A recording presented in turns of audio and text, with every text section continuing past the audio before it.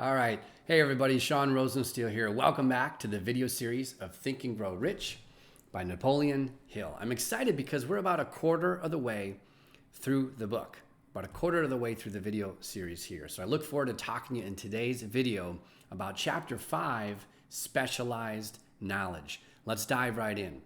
So the first key point here I'd like to address is general versus specialized. I'm on page 64. He says that there are two kinds of knowledge. One is general and the other is specialized. General knowledge, no matter how great in quantity or variety it may be, is of but little use in the accumulation of money. We've all heard the term jack of all trades, master of none, right? And this is what he's referring to here. General knowledge is great. There's nothing wrong with that. There's all sorts of interesting things for us to learn in the world. But when it comes to the accumulation of money, we need to focus in on specialized knowledge, right? So it's important that we think of in our own life as we accumulate money, what is the specialized knowledge that we need to pursue and continue advancing towards in order to accumulate more money? Second key point here is potential power. I love this one. I'm again on page 64. He says that knowledge is only potential power. It becomes power only when and if it is organized into definite plans of action and directed to a definite end. And again, we're familiar with the term knowledge is power, but that's not true, right? Knowledge is only potential power. It only becomes power when we actually apply that knowledge. Okay, so as you think about your daily routine, as you think about the average week in your life, what are you learning? What is it that you're learning? And are you actually applying it in your life? Take this very book, for example, Think and Grow Rich. In the second chapter of this book, Napoleon gives us a 6-step formula for desire, for getting whatever it is we want in life, really. Have you applied it? You know, I'm doing a little accountability check here. In the study guide, which is located below, that's taken verbatim from the book. And it's a journaling exercises you can do right there in the study guide that will help you go through those 6 steps in the formula. Have you applied it? That formula is only potential knowledge, right? It's only potential power, I should say. It's only powerful when you apply it. So as you think back to everything in your life that you're learning, how much of it are you just simply learning and how much of it are you applying? I applaud you for being here and watching these videos because what it's telling me is that you're beginning to apply some of this knowledge that you're learning throughout this book. So don't overlook that. It's a pretty awesome thing that you and I are sitting here together today applying what it is we're learning in Think and Grow Rich. Key point number 3 here, how to purchase. I'm on page 66 now.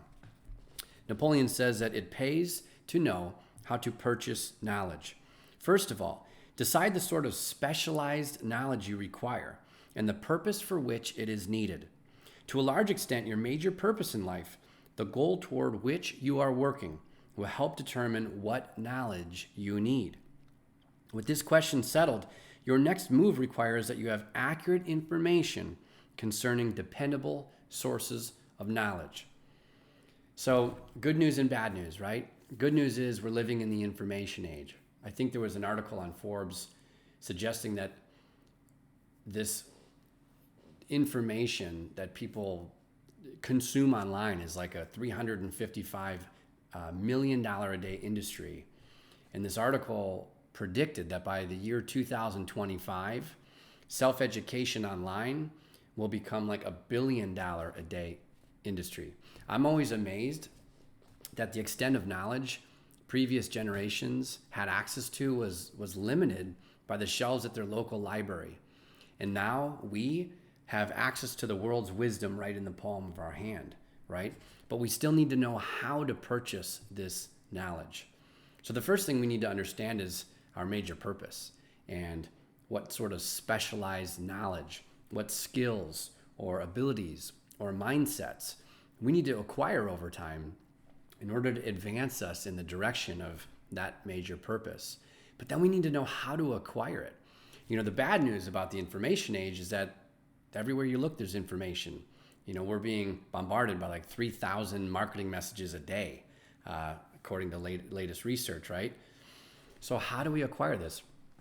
I always like to look for teachers who have what I call the congruency factor. So there are all sorts of authors and experts and therapists and counselors and seminar leaders and all these teachers who could potentially help us acquire the knowledge we're looking for.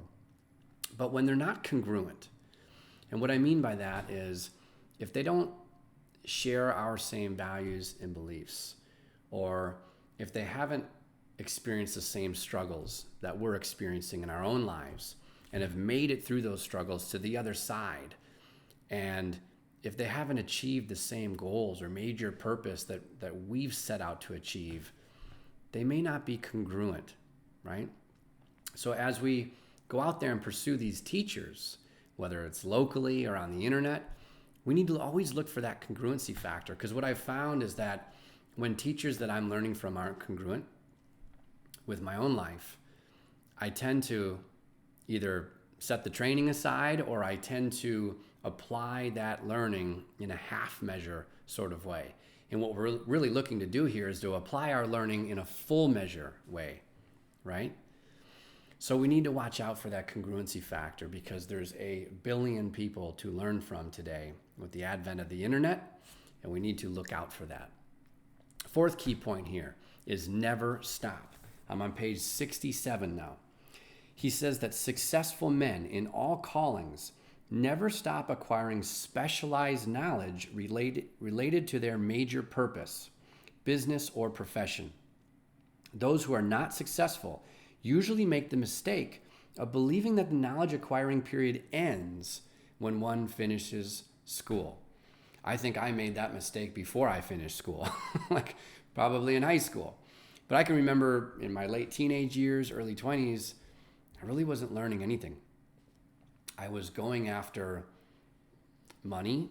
I had one singular focus in life, which was money. And I wasn't really learning anything about money. I was just trying to force it to happen, right? And I stopped learning. And I want you to think about your own life here. Think of the areas in your life where you're struggling, or you need to make some improvements. Maybe it's in the area of your health or your wealth, or maybe significant relationships, whatever it is. When's the last time you pursued knowledge and learned and also apply some of whatever it was you were learning in your own life, right? So he says that you never stop. You never stop learning. I think that's such an important point here. And this one's going to back it up too. Doomed to mediocrity. I'm on page 70 here. He says that the person who stops studying merely because he has finished school is forever hopelessly doomed to mediocrity, no matter what may be his calling.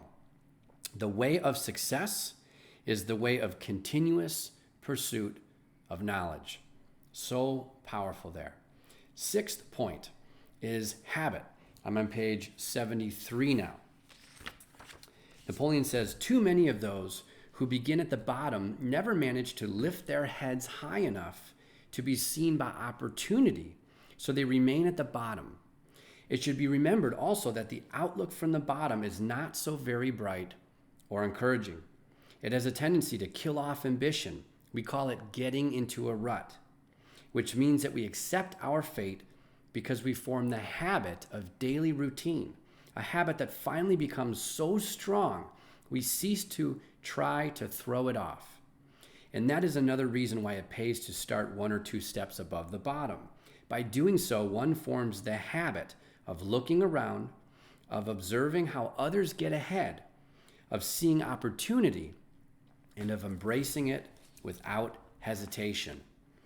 And then on 74, he goes on to say that both success and failure are largely the results of habit. So I want you to think about your own life here. Think about your own daily habits, your own daily routines. Are the habits that you've acquired over time moving you towards success or inhibiting your ability to get there? It's a really good time here to check in with some of those daily habits and make sure that they are empowering habits and not limiting ones, right? Seventh and final key point here, close association with winners. I'm on page 74 again. He says that hero worship is helpful, provided one worships a winner. Close association with one who refuses to compromise with circumstances he does not like is an asset that can never be measured in terms of money. So he's talking about this idea of modeling or emulating. And he talks about that. We'll cover that in a later chapter as well. He brings it up a few times here throughout the book. But I know that in my own life, in my teenage years and in my early 20s, I held close proximation with people who weren't winners. And I wasn't a winner either. And what happens is that environment that you keep really dictates your behavior, doesn't it? So think about your own life.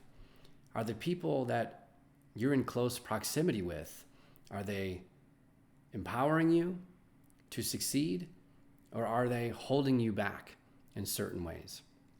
Is that environment conducive to your success or not? We've all heard that term that we are the average of our closest 5 peers.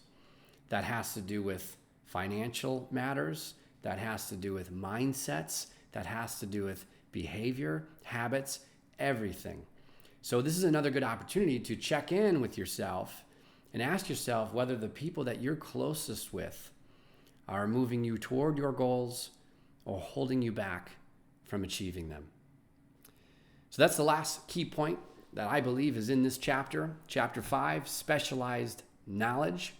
In the next video, we're going to be talking about chapter 6, imagination. Such a cool chapter. So if you've liked what you've seen and heard today, be sure to like this video, share it with your friends, and don't forget to subscribe to my channel so that you get notifications moving forward as I launch new videos in this series. I look forward to seeing you and serving you in the next video.